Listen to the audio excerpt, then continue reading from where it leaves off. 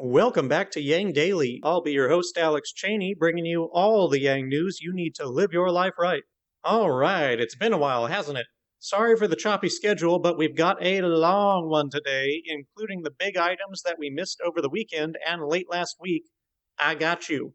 Shout out to our Tier 3 patrons, Peter Park and Shay Meehan, as well as all our other patrons. And special shout out to Nathan for upping your pledge. Really appreciate it, man. Every bit helps. We'll save polls and other Patreon stuff for the next episode since this one's already long. Let's get to the news.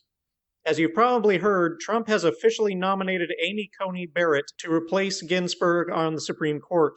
Barrett has served less than 3 years on the Seventh Circuit after working as a law professor at Notre Dame Law School for nearly 2 decades, leaving a scant record to suggest how she will rule in the future. Only many concerns regarding dogmatic religious statements, troubling affiliations with potential hate groups, and her education under the Federalist Society, a staunchly anti-regulation legal organization funded by corporate interests. The uncertainty is particularly concerning as, at 48, Barrett will be the youngest justice on the Supreme Court and likely to influence rulings for a generation or more. The GOP, evangelical, and other anti-abortion activists seem quite certain how she'll rule in one particular case, and have been strongly advocating for her nomination. Unsurprisingly, this nomination seems to be all about abortion and Obamacare, though immigration will also be in the balance. Barrett's appointment will massively unbalance the court 6-3, successfully making partisan the last remaining institution that retained some measure of Americans' trust and paving the way for a stacked jury to side with Trump in the election that he has all but ensured will come down to a legal battle. The forecast of the Trump administration continues to be swampy. I've already expressed how I think an abortion ban would be a violation of religious freedom and thus against the driving theme of the Constitution, which is to infringe on individual liberty only in cases where the act in question would threaten the life or liberty of another person, but it's also important to point out that an abortion ban would do little to stop abortions themselves. It would mostly just make them less regulated and more dangerous. The way to stop abortions is to remove the barriers to motherhood, and of course contraceptives. The number one barrier, as reported by those who elect to abort, is insufficient income, making UBI the best policy on the table for preventing abortions, even more so than banning it. There's a link below to a thread that I put together on the topic that might come in handy. While we're on the subject, most Americans are not super acquainted with constitutional law, so FYI, the Supreme Court is not constitutionally limited to 9 justices. Congress could raise the number at any time if they have the votes. As with so many things, we're finding out it's really just a norm. Some are worried that Dems might win the Senate and then appoint new justices to counter. And frankly, I think they probably should, as it's not good for the country to have a severely unbalanced bench. The problem is that it might start an ever-cascading cycle of adding justices for each party. Or, of course, if the Democrats appointed enough justices to unbalance it in the opposite direction. This is why we need Yang's policy. If you recall, Yang proposed to impose a code of ethics, an 18-year term limit, and cycle them out 2 per presidential term, with off-cycle appointments where necessary so that a party never gains more than a 1-seat advantage. This would prevent a stacked court, remove the incentive to elect very young judges, and remove the incentive for Congress to game the timing of appointments, as we're seeing now. Under normal presidential circumstances, with this arrangement, the entire court would cycle every 9 years. Well, you'll never believe this. Ro Khanna is about to introduce basically that exact bill into the House. It sets an 18-year term limit and allows every president to nominate 2 justices per 4-year term. There is some disagreement over whether the Constitution mandates lifetime appointments. This bill seeks to avoid the contentious bits by exempting current justices from the 18-year rule. Thereafter, those appointed under term limits would become senior upon retirement and rotate to lower courts. This will not immediately fix the imbalance of the court, but perhaps it could be fixed via the addition of new justices. And this bill would serve as a new standard to maintain balance in the future. May as well give it a shot, right? Great news! Trump finally came through on his promise for a robust health care plan to replace the Affordable Care Act. Nah, of course I'm kidding. You should see your faces. He passed 2 executive orders that essentially do nothing. One order he claims will end surprise medical billing, and the other would ensure coverage for pre-existing conditions, except that both would require congressional legislation, so they're actually nothing more than a legislative wish list. Also, the ACA already covers pre-existing conditions, so he could accomplish that one by just not abolishing it. All said, it's just more theater for the unfortunates who get their truth from the Fuhrer to try and swing votes before the election. Speaking of, in today's Dictator Red Flags, Trump has been increasingly explicit about his intent to sidestep the popular vote and take the election by legal technicality. At a press briefing, a reporter asks, quote, "Will you commit to a peaceful transfer of power this election?" End quote. Trump responds, quote, "Well, we're going to have to see what happens. The ballots are a disaster. Get rid of the ballots and we'll have a very peaceful, there won't be a transfer of power, frankly." End quote. Get rid of the ballots. That is what the President of the United States, seat of democracy, openly said. One would have to be in high denial at this point to believe he plans to do anything else. At a recent rally, he said that vote counting will take forever and, quote, "At a certain point it goes to Congress. We have an advantage if we go back to Congress," end quote. As stated in the Atlantic article, if the Republicans can hold up the vote count until the safe harbor deadline, the decision will likely eventually end up in the House. And that's not as good as you might think. Not only will it be a new House making the call, but the vote will be 1 per state rather than 1 per member of House, leaving Republicans with the majority. Basically, Republicans have the advantage in every aspect of the legal battle this will devolve into. Frankly, it's hard to see how democracy survives this election. That is why it is existentially important to win the Senate and win House delegations in as many states as possible. Wake people up to the reality of the situation. Make sure they know the stakes are nothing less than the end of democracy in America, and get their commitment to vote blue across the board. I've never been a suck it up and vote party line guy before, but we've literally never been in this situation before. It's no longer about normal ideology. It's about preserving every freedom you've ever enjoyed in America. Please act.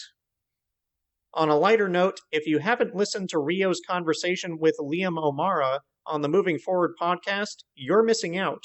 Liam has the best bipartisan pitches I've heard for how both UBI and M4A are economic engines that will leave everyone better off and spur small business. We need to amplify his voice on these topics because his framing is the one to go with, in my opinion. Have you seen the video clips of Lindsey Graham complaining about how Humanity Forward endorsed candidate Jamie Harrison is burying him in fundraising? It's just the thing to brighten your day. That's what happens when you sell your soul for power and do a 180 on everything you claim to believe in, Lindsey. Find some redemption by conceding to Jamie so South Carolina and America can have a representative with a spine and values, please. If you haven't seen the ad of Lindsey talking about how he loves Biden and hates Trump, you have to click the link below and experience the hypocrisy. It's truly something to behold. Education Secretary Betsy DeVos has been the latest of Trump's administration to violate the Hatch Act. DeVos criticized Biden in a Fox interview, which is also posted on the Education Department's YouTube page in early September. The Education Department also blasted out a link to the Fox News clip with the attack on Biden to an official email distribution list under the heading "From the Desk of the Secretary." The Hatch Act prohibits most political activity by federal employees, but the Trump administration, as usual, does not care for the law, as most blatantly demonstrated by hosting the RNC at the White House with multiple cabinet members giving speeches. Depending on what OSC finds, she would be the second member of the Trump cabinet to be found in violation of the law, but at least 12 Trump senior officials have violated the Hatch Act, according to the OSC, the independent agency that probes possible violations. Only one case, that of former senior counselor Kellyanne Conway, was sent to Trump for action. He did not act on it. Shocking. Law and order president, indeed. One of the shooters in Breonna Taylor's case was charged with wanton endangerment. In what seems a mockery, the charge was not for shooting Breonna or for the manner of the break-in, it was for endangerment of the occupants of the adjacent apartments from the reckless gunfire. Unsurprisingly, this legal snub has set off a fresh set of protests around the country, this time with mounting counter-protests from Trump supporters and armed gangs playing soldier. The other two officers involved were not charged. Not sure if you remember Mark Cuban's plan for a 2-month UBI of $1,000 every 2 weeks, spend it or lose it, but he is now advocating for it and getting some press, which is cool. He may have reservations, but he is slowly coming around to UBI. If you live in the EU, there is a huge initiative going on for UBI. It needs 1 million signatures, and it was instrumental to the last surge in popularity for UBI years ago. Take a moment to follow the link in the description and add your name. I think Yang may have written his best article yet on his vision for an economic recovery plan. In his latest Vox piece, he describes the combination of a UBI to establish economic freedom and stability, an American scorecard to create economic metrics centered around quality of life, and a new deal of grants, scholarships, and jobs based on improving those metrics. I'll read just a few paragraphs that caught my eye. Quote, "Human-centered capitalism has 3 basic principles. Humans are more important than money, markets exist to serve our common goals and values, and we should be using human-centered metrics to determine success, not money-centered ones. If we as a nation showed job seekers the list of human-centered stats that we're looking to fix and asked them, what problem do you want to solve? The federal government can collect and collate this data, and then it can provide work for anyone who has a plan to address it. Whether that's through the direct creation of federal jobs, grants to the states for projects they administer, or through private-public partnerships, the nation needs to address these problems. Daycare workers can train to become early childhood educators or childhood psychologists. Home health care workers might transition to social work or healthcare.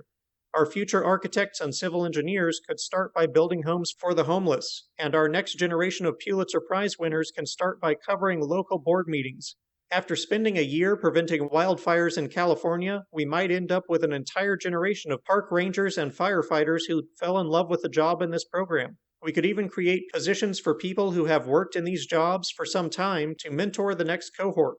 Much as the GI Bill provides funding for education for those who serve our country, we can also provide grants, scholarships, and loan forgiveness for individuals who work in any of these public works jobs. We can ensure that everyone has proper health insurance and pay everyone a living wage. And as this will be the first significant job that many, if not most, of these individuals have, we can ensure that they receive financial counseling at a time they're most in need of it, along with getting them set up with retirement accounts and a plan on how to save for their golden years. We have more than enough work to go around if we decide to invest in solving some of our biggest problems." End quote. While it sounds much like a job guarantee, it's not. In Yang's plan, the government only creates jobs for work that is needed and does not leave people reliant on those jobs because they also have a UBI, allowing them to pursue whatever they wish. This way, the federal jobs act properly as more options for voluntary employment. The grants for innovative solutions to the nation's problems are also an additional benefit for entrepreneurship that is desperately needed. Scott also penned a new article for us, this one on how UBI is security, freedom, and trust. This episode is already long, so I can't read much of it, but here's a snippet. Quote, "Without trust, society unravels. Democracy fails. We can't do anything big if we don't trust that doing big things together is actually possible." End quote. Basically, we need a minimum amount of unearned trust for society to work efficiently and humanely. It's a good one, and it's brief and concise. Immediately following the first endorsement, a half-dozen more senators have thrown their weight behind California's Prop 24 data rights bill. It seems to be picking up steam quickly. Speaking of which, the DDP has another brand new settlement for you to collect restitution from. Facebook, ever the generous benefactor, owes $650 million to Illinois users for misuse of your data. The settlement is open for claims of up to $400 each until November 23rd. Go to ddpforall.com's class action tool to check eligibility and submit a claim. If you lived in Illinois for more than 6 months, anytime between June 2011 and today you are eligible.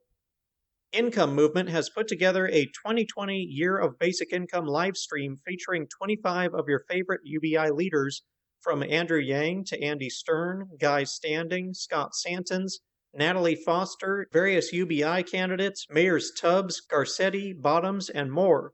Check it out below.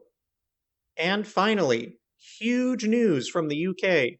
The Liberal Democratic Party has officially adopted UBI. They committed at their conference to, as a party, fight for UBI for all UK residents going forward. This is a huge win for the UBI movement, gang. American Democrats, where you at? And that'll do it for today's Yang Daily. Bookmark and share the SCOTUS thread, the abortion thread, the healthcare EO thread, Trump's refusal to transfer power, his commitment to bypassing the popular vote, Liam's moving forward episode, the UBI initiative, Yang's article, Scott's article, and the UK Lib Dem adoption of UBI. Get in on the Illinois settlement, help recruit other organizations to the cause, and get everyone to sign the UBI petition. Flood Congress and Trump with calls, tweets, and letters using the Resist bot or Income Movement easy contacts below. If you need help, consult Humanity Forward, the Income Movement Aid Database, the Mission Asset Fund, United Way, or the H3 podcast thread. And don't forget to Yang Daily.